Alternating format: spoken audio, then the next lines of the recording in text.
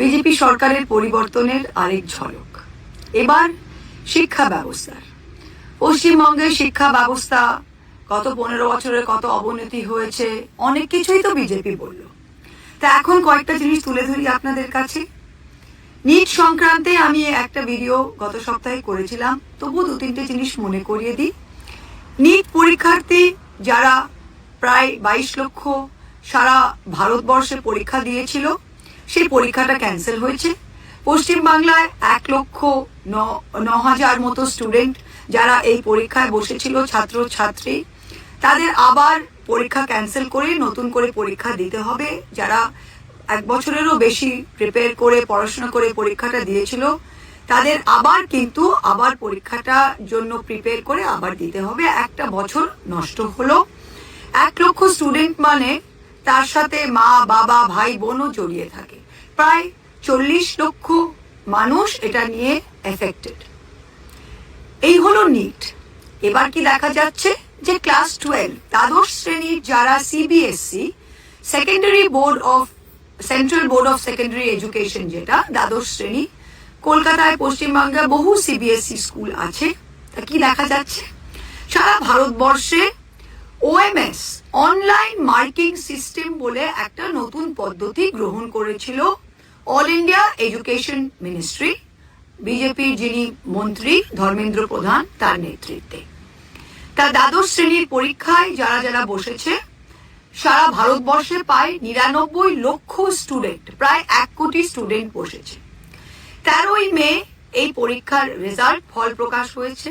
কি দেখা গেল যে এই 99 লক্ষ স্টুডেন্টদের আনসার পেপারগুলি অনলাইনে 70,000 মতো মানুষকে দেওয়া হয়েছে চেকিং এর জন্য। কিন্তু যখন রেজাল্ট বেরোলো, কি দেখা গেল যে গত বছর পাস পার্সেন্টেজ যত মানুষ পাস করেছিল, সেই পাস পার্সেন্টেজটা ছিল 89.3%। এবছর সেটা নেমে 85%, 85% হয়েছে। তার সাথে কি দেখা যাচ্ছে লক্ষ লক্ষ স্টুডেন্ট, স্পেশালি যারা ফিজিক্স, কেমিস্ট্রি, বায়োলজি, যারা সায়েন্স নিয়ে পড়েছে, তাদের যা আশা করেছিল যেই নম্বর, তার থেকে 40-30 এত নম্বর কম। আর কি দেখা যাচ্ছে যে ধরুন আমি আনসার শিট লিখেছি আমার হাতের লেখায়, যখন আমার নম্বরটি আমি আশা করেছিলাম আমি 80 পাবো, আমি পেয়েছি 40। আমি যখন আনসার শিটটা একটা ফি দিয়ে, একটা পয়সা আমি দিয়ে আমি সেই আনসার শিটটা আনালাম অনলাইনে, দেখলাম যে যেই আনসার শিট সিবিএসসি আমাকে দিচ্ছে, ওটা অন্য কারো হাতের লেখা। এরকম লক্ষ লক্ষ কেসে হয়েছে। তা এই সিবিএসসির এই পুরো স্ক্যান্ডাল 1 কোটি ছাত্রছাত্রী, যেটার মধ্যে পশ্চিমবাংলাও আছে, সেই সিবিএসসি দ্বাদশ শ্রেণীর একটা বিশাল স্ক্যান্ডাল হয়েছে। এবং আমাদের শিক্ষামন্ত্রী, ভারতীয় শিক্ষামন্ত্রী ধর্মেন্দ্র প্রধান, বিজেপি তিনি সাংসদ, তিনি না রিজাইন করেছেন, না এতটুকু দোষ তিনি স্বীকার করেছে।